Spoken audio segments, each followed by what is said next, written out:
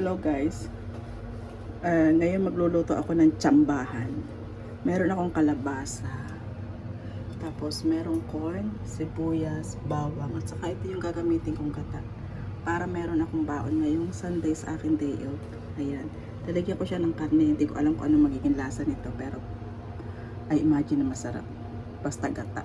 Ayan, lutuin ko siya ngayon. Sibuyas, lambat to para lang may ulam ako sa aking holiday, para hindi ako mamili ng pagkain sa labas kasi ang mahal ng mga pagkain. Ayan, pabubulakan ko muna, tapos ilalagay ko yung aking karne. Then lagyan ko siya ng pamintang buo.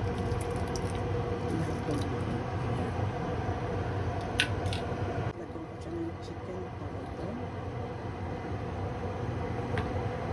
Alam niyo guys, yung dito ang mahal na pagkain pag bumibili sa labas. Kaya pag magti-day off ako, niisip ko magluto na lang kasi ang mahal lang mga bilihin sa restaurant.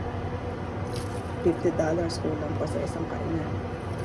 Kaya magluto na lang ako. Lagyan ko ng asin. Saktong wala si na amo ngayon umalis. Pero alam naman ni amo nagluluto. Lagay ko na yung aking karne.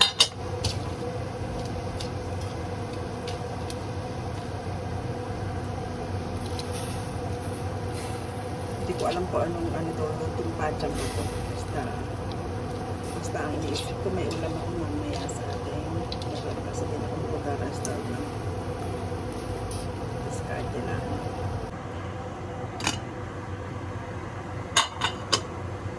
Lagay ko na yung aking kalabasa. Ayan.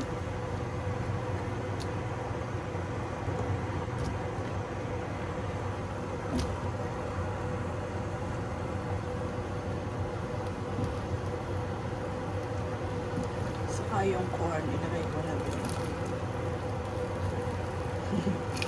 Imagine anong lasa nito.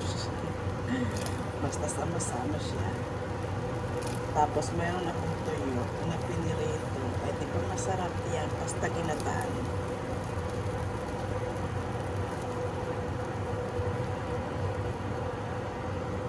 Ayan.